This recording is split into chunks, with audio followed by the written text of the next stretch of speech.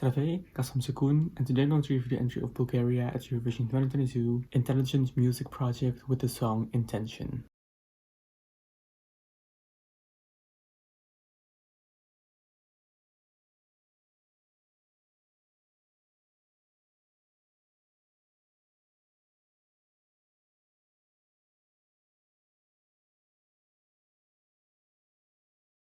Bulgaria was the first country this year to reveal the Eurovision entry, which is pretty remarkable since usually Albania is always the country to pick their Eurovision entry every year, and then the next one usually isn't picked until like January, but this year things were different. You may recognize someone from this lineup. Stoyan Yankulov represented Bulgaria before in 2007 and 2013 together with Ilitsa Todorova, and now is also part of Intelligent Music Project. There is some controversy around the Bulgarian entry this year because the team behind the Bulgarian Eurovision entry has changed, and apparently this is because of corruption, which is a shame since Bulgaria was on such a good path since their return in 2016. I gotta say, I don't really like Bulgaria's entry this year. I don't know if it's because the song was released so early on in the Eurovision season and I kind of got bored of it, but I got bored of it pretty quickly. So even if it would have been released like, let's say, a few weeks ago, I would have been bored of it by now. I think it's also pretty repetitive. I just don't like it. Like, you know, last year when there were so many people saying that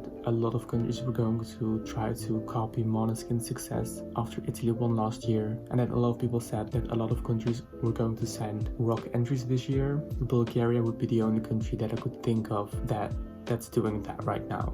I'm not saying that they are, but it's the only country that I would associate with someone making that statement, if that makes sense. Oh, and next to that, fun fact, the lead singer, Roni Romero, he is wanted in Spain. Yes, he is wanted, you heard that correctly, because he's accused of threatening his ex-partner, and now she has a restraining order against him. I'm sorry, but how? And why did the Bulgarian broadcaster think that this was a good entry to represent their country and send to Eurovision?